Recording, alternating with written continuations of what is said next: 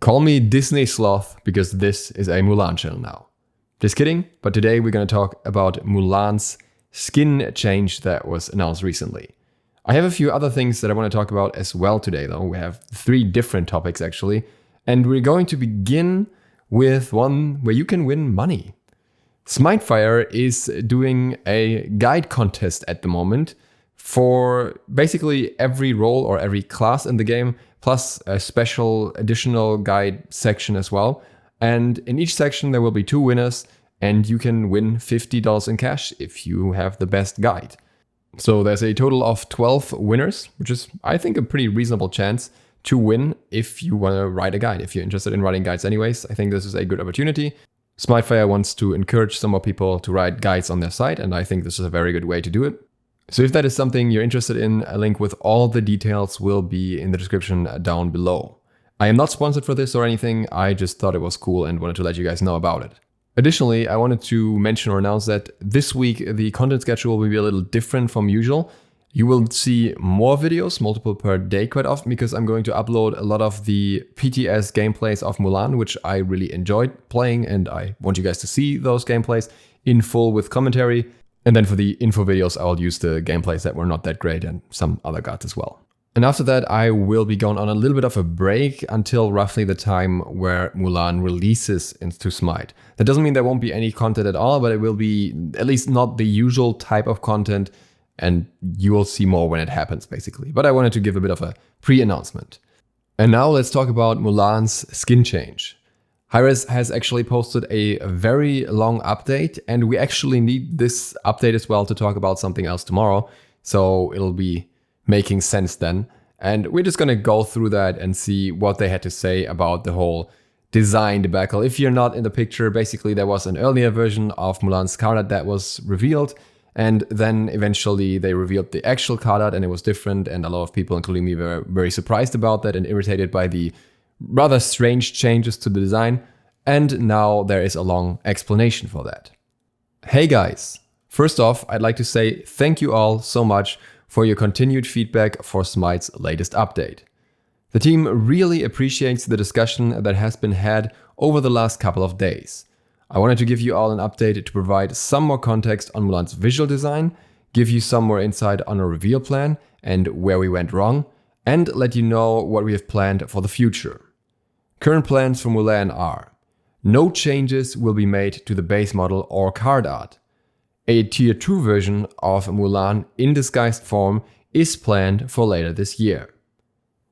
So most of you are aware what a Tier 2 version is. For those of you who are newer to the game and haven't actually seen them, those used to be more common skins that are basically modified versions of the base model of the skin, and those Tier 2 skins typically cost 250 gems. It's not stated if this is the case for the Mulan skin. It might be that we may be able to get it in some sort of community event. But otherwise, if you want that skin, just make sure to save your daily logins. As they say, it's later in the year. If you just use the gems from your daily logins, you should be fine to be able to just get the Mulan skin through that. Continuing with the article. From the very start of Mulan's development cycle, the team had a clear vision for how she would look in Smite. A heroic woman of the ancient Chinese army. She now proudly shows her identity wearing heavy armor, but nothing to cover her face. She represents the colors and symbols of her country. She will be added to Smite at a point of her story timeline where she's already a renowned hero across China. So well known that she has inspired so much faith and gained enough followers to become an immortal goddess in the Smite story. This concept was finalized a month ago and was never changed. The only thing that was done was creating additional art for the Jade Corruption event, which disguised Mulan. This illustration was done after her base card art was complete. When we began planning our teaser rollout, the team wanted to incorporate her well-known story into our reveal plan. This is the origin of the Mysterious Warrior. The Mysterious Warrior would appear to guide players through the new Chinese event, Jade Corruption, and reveal themselves as Mulan, our new goddess, when the war against the Jade was complete. Our teaser plan consisted of the following. The introduction of the Mysterious Warrior art in the Jade Corruption event, first seen by players in the Season 7 PTS client. an ARG-style social campaign where the mysterious warrior reached out to content creators calling for aid in the fight against the corrupted Jade Army. A streamer event where those content creators participated in a joust tournament to gain the mysterious warrior's favor, enough so that the warrior would reveal themselves. The winning content creator was given an exclusive teaser showing a snippet of the Mulan trailer before the update show. A closer look blog post where Mulan's final card art would be revealed and kit details were announced. Inside Live 7.1, players would experience the Jade Corruption event hosted by the Mysterious Warrior because Mulan will not have launched yet. In 7.2, the Jade Corruption event are changes in the lore and quest sections to the final Mulan imagery. We realize that one of the main problems with this campaign was actually the very first element. The teaser image looked very final and its first appearance was in the game client, a place where teasers traditionally aren't shown. It was designed to be Mulan's appearance in the Jade Corruption event for 7.1 before she was officially added to the game. Quick note from me here, I know that Hi-Rez kind of rushed this whole event a little bit. They actually were planning to release it later, but then they changed their schedule with the new patch notes, timing and everything, and that kind of pushed things together. And I think that contributed here because there wasn't even really much time in 7.1 before Mulan was announced. The other mistake was, of course, that the unrevealed Mulan just looked so much like Mulan already, and it was so obvious that it was a disguised character in the army that must be Mulan. Even if there was no data mining beforehand, everyone would have still said that's Mulan anyways. And because the whole thing was so rushed, other parts didn't really work out as well. For example, the reveal of Mulan with a brief snippet where she was supposed to be shown was something that happened basically at the same time as the closer look, because I think Jithens didn't get the video clip earlier. If the character was actually properly disguised in the first place, and this would have been the first reveal of the character with their normal looks, where I really identify the character, it could have worked a lot better. So I think in the future, Hi-Rez just has to make teasers a lot less obvious. And of course, data mining is another issue with that, and they have to consider if that's something they want to worry about or not.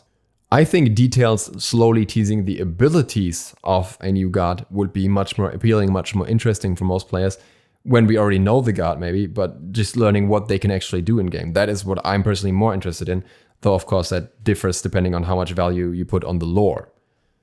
Continuing with the article, we totally understand how players felt confused or upset after seeing the final card art, and are taking this lesson into account when planning teaser and hype plans for the rest of the gods this year.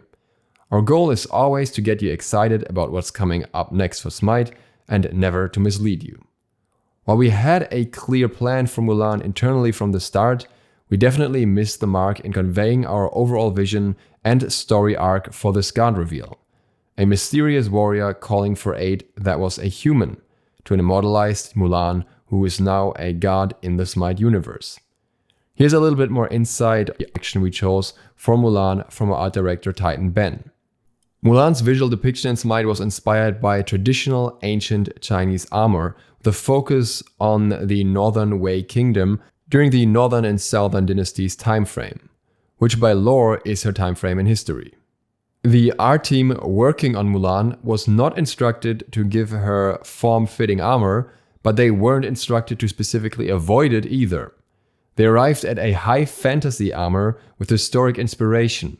Her breastplate in particular was inspired by an element common in Chinese armor to reflect sunlight and blind enemies. Looked into this a little bit, this actually exists, but it doesn't really look like Mulan's armor. Like the aspect where they say it's a high fantasy armor definitely plays into it. It's a lot of artistic freedom, and my impression is not that the foundation here was actually this design that the Chinese used to use, but rather that they kind of retroactively claim that that was inspiration, so, you know, they can't get called out on it. It doesn't really matter all that much how they came to it, but it sounds a little bit far-fetched to me. They mixed these elements to create a post-disguise Mulan that incorporates the toughness of a warrior while maintaining who she is, a courageous, brave woman who fought for her family and her people. With that in mind, the Smite art team is happy with our final representation of Mulan in the Smite universe, and there are no plans to adjust her base model in-game. However, we know there are tons of players who loved the initial depiction of our goddess from the initial teaser image where her true identity was hidden, and we have scheduled a T2 skin for Mulan that reflects this design that will be released later this season. Once again, we'd like to thank you for all of your feedback and discussion surrounding Smite's newest goddess, and we can't wait for you to try her out on the battleground. PTS blah blah blah was open, is not open anymore. We also have heard some discussion about Baba Yaga and would like to clarify a few things on our next goddess. Baba Yaga's final concept and card art are already completed and no further changes are planned. Baba Yaga is definitely old, creepy, gangly, and ugly. And that, in my opinion, is wonderful to hear. I even specifically tagged Isaiah the other day just to make sure that the community is heard here and that this is what's going to happen. And we have our confirmation now, so that's absolutely great to hear, in my opinion. We'll see you on the battleground. Yeah, so Hi-Rez addressed this. I think they addressed it very well. I am happy with the outcome here. Again, the tier 2 skin will cost gems, I think, but it's something that you can just save up for by logging into the game. So that is fine with me. And I'm looking forward to playing with that skin, to be honest. Other than that, in the next days, I will talk more about Mulan and about Baba Yaga as well. So you can look forward to that. And if you want to see that and you're not subscribed yet, feel free to click the sub button and the bell, so you will be notified of that as well. See you for the next one tomorrow or later, depending on whenever I release the next Mulan gameplay. DukeSloth, out.